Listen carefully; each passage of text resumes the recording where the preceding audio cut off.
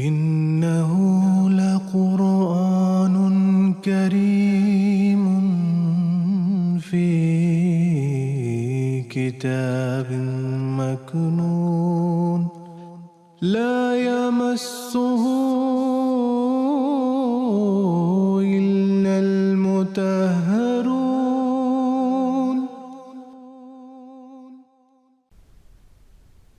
اعوذ باللہ من الشیطان الرجیم بسم اللہ الرحمن الرحیم۔ ناظرین کرام السلام علیکم ورحمۃ اللہ وبرکاتہ۔ ناظرین، بانی جماعت احمدیہ